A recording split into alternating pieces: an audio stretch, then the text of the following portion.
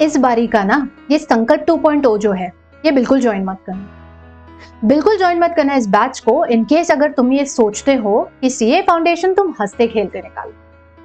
अरे मैम वही तो अकाउंट्स है, वही तो इकोनॉमिक्स है, क्यों इतना लोड लेना है मैम, यूं ही पास कर लेंगे हम। हाँ मालूम है सीए का एग्जाम दे रहे हैं, सुना है हमने टफेस्ट एग्जाम होता है in the country, but ma'am वही तो इकोनॉमिक्स और वही तो अकाउंट्स है जो 11th-12th में पढ़े थे। और मैम मेरा तो मैथ भी था, तो मैंने तो क्वांटिटेटिव एप्टीट्यूड भी पढ़ा हुआ हूँ, ठीक है एक ही तो पेपर है, हो जाऊंगा मैं तो पास। अगर ये सोचते हो ना तो ये बैच बिल्कुल ज्वाइन मत करना बच्चों। अगर ये सोचते हो कि इसमें सिर्फ 11th-12th का ही सिलेबस है और जरा सी पढ़ाई कर करके तुम सीए फाउंडेशन सितंबर 25 को पास कर लोगे, तो मेरा ये बैच बिल्कुल ज्वाइन मत करना।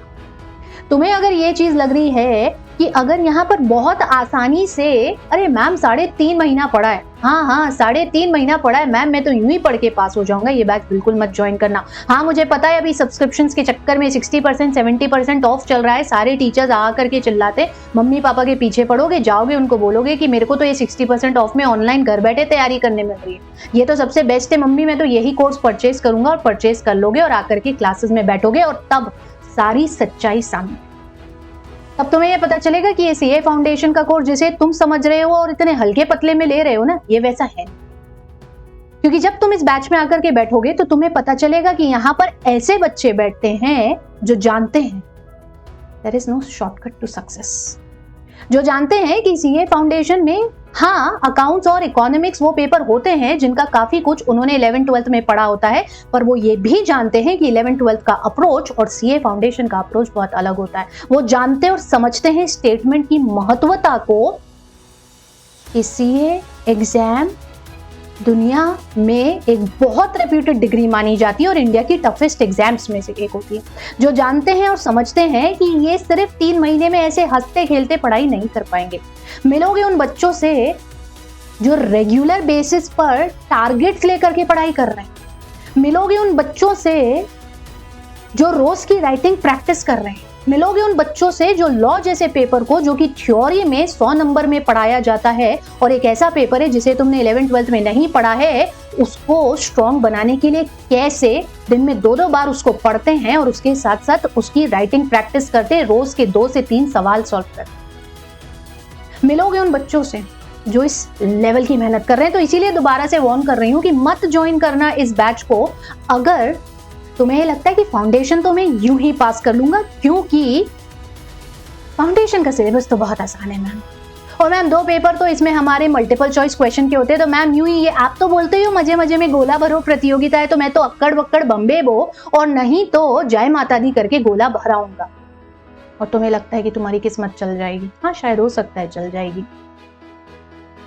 पर अगर तुम वो बच्चे हो जो ये जानता और समझता है कि हाँ यहाँ शायद थोड़ी सी ज्यादा मेहनत करके मैं अपनी स्टेज को पास कर सकता हूं, लेकिन अगर ये थोड़ी मेहनत यहाँ है तो अगली स्टेज पर ये मेहनत रेज्ड टू द पावर 2 हो जाएगी, तो इस बैच में आके बैठो। अगर तुम ये जानते और समझते हो कि सीए फाउंडेशन की पढ़ाई तो सिर्फ एक एंट्री गेट होता है उस डिग्री को हासिल करने के लिए, जिस डिग्री को पाने के लिए दिन रात बच्चे को एक करना पड़ता है, तो इस बैच में आकर के बैठो। अगर तुम ये जानते और समझते हो कि हंसते खेलते नहीं, लेकिन एक टारगेटेड अप्रोच के साथ, एक स्ट्रैटेजिक प्लानिंग के साथ, एक सिस्टमैटिक कोर्स स्ट्रक्चर के साथ और प्री प्लान शेड्यूल्ड के साथ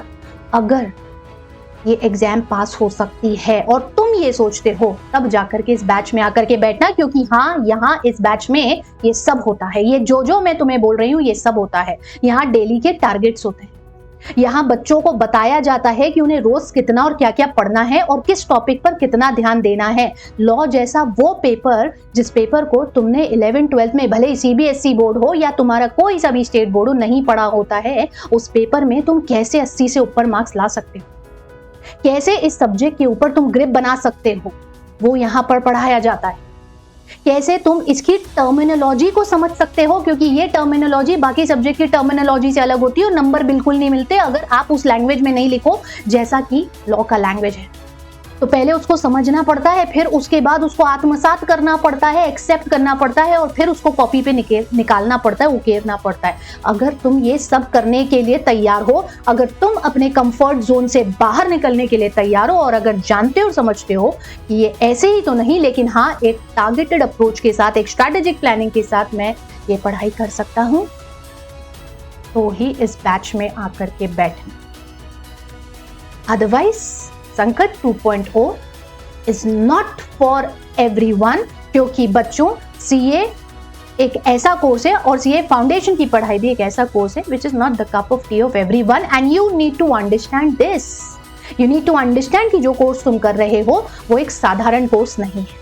जो पढ़ाई तुम कर रहे हो वो एक नॉर्मल डिग्री नहीं है। तो अगर वो नाम, वो रुतबा जो तुम खुद के लिए एक्सपेक्ट करके चल रहे हो, अगर उस पोजीशन, उस नाम, उस रुतबे पे बैठना है, तो आज तुम्हें मेहनत करनी पड़ेगी। ये सब कर सकते हो तो बैच तुम्हारे लिए खुला है, और अगर ये सब नहीं है तो जवाब भी